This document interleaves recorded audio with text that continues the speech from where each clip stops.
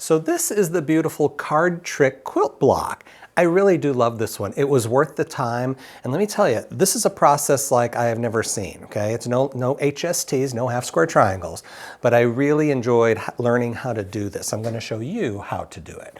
So first let's talk about what you need. You need 4 colors, all right? I chose 4 different colors here.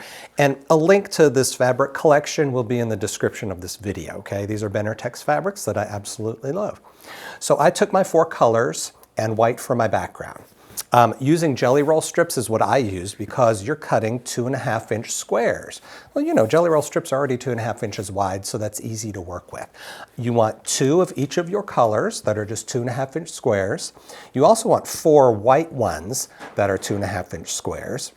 And while you're cutting your jelly rolls, cut a rectangle, 1 of each color, that measures 2.5 by 4.5, okay?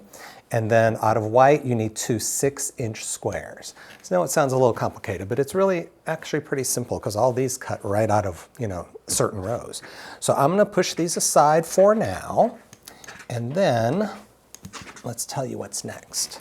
You're gonna take 1 set of your 2.5-inch squares of your colors. Take 1 set of colors and turn it into a 4-patch, all right? Now, you know what a 4-patch is. It is this.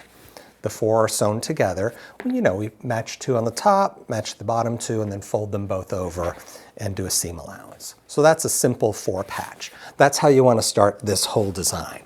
Now, when we get the 4-patch, of course, that's the center of the beautiful block. We have to start building out. So take each of your rectangles, and this is the next step of this. I'm going to choose this rust color and choose its matching rectangle, and I'm going to lay it on the side here to match it up. Then I'm going to go just the opposite and choose this green and find its match and lay it over here. So what we will do is, you know, flip this over, stitch a 1/4-inch seam allowance and open it up. Same with the rust side, flip this over, stitch a 1/4-inch, open it up, right? Now when we do that, it looks like this. Very simple, right? Very easy to follow. That's what I like. Now we still have 2 strips to deal with here. We can't very well sew this on there and sew this on here because they're different widths, so that just doesn't work. So what we're going to do instead, this is where these little white squares come into play. Here is, let's say, here's my light blue. I'm going to take a white square and place it on either side of the blue, okay? And likewise, fold it over, stitch, fold this over, stitch, and then I have a piece of fabric that is wide enough. I've done this with the green on top. Now you can see that this is the same size. So then I just fold this over, stitch, open it up, and do the same thing there. Because that's all there is to the main part of this card trick block. And here's what the main part looks like. There's another whole big step to this though. This finishes out at 8 inches square. I think it's a beautiful start, but it's not finished because look at our finished one.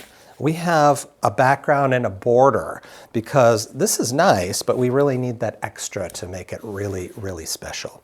So let me set this aside for a minute, and I want you to take out, you still have 1 set of each of your little colored squares, and you have 2 of your big 6-inch white squares, right? Choose 2, you can choose any 2. I'm gonna choose 2 of them to work with this and 2 to work with this. I want you to put them in the corner, face down, that'd be right sides together, like this one here. And then you're going to draw a diagonal line across here and across here. And we're gonna stitch on that line. Now I have already done that for you. Right here. Here's what that looks like, all right? But you can see my line, if you can zoom in there. Now look, I have stitched these down, and I've made this version too. Let's get rid of him. Because this version, I have gone the next step. I have trimmed the extra off of this corner, keeping a 1/4-inch seam allowance, right? Now I can fold these open, right? Beautiful. That is the next step of this, but what I'm going to do is when you have folded these open, let me get my cutter, we are going to slice this in half along the diagonal to make 2 pieces out of it, all right? So that's what we want to do. You're going to do that to make all 4 of these corners, right? Here's 2 of my corners. Here's the other 2, which I have done already, and they're just ready for you to see. So now we need to attach them. So let's bring the pretty center back. Now this is up to you. You can place, what we're going to do is put these along each edge, all right? We're going to fold this over, stitch across here and open it up. It's up to you where you want the colors to appear. I'm going to choose them to be opposite of the rectangle. So here's my light blue rectangle. I'm going to put my blue point over there. I'm going to, likewise, the light green point needs to go down here. So just do 2 of these at a time. Fold them over, stitch your 1/4 inch, open it up. Same thing here. Now, when you do this, when you fold this over here, before you stitch that 1/4 inch line, the way you know if this is centered or not, or if it's going to line up or not, is look at your point. Look at the point of my light blue end right here. If it's on the center seam, you are in good shape. So yes, I could stitch that right there and then open it. Same with this one. Lay this down face down. Make sure your point is on the center seam. If it's not, move it over, stitch that. And then finally take your last 2, do this with that. You get the picture, don't you? It's really, really nice. And like I said, this is a really beautiful quilt block. It was worth the effort, honestly. It took me a few tries to really get exactly how to do it, you know, without looking back at my instructions again.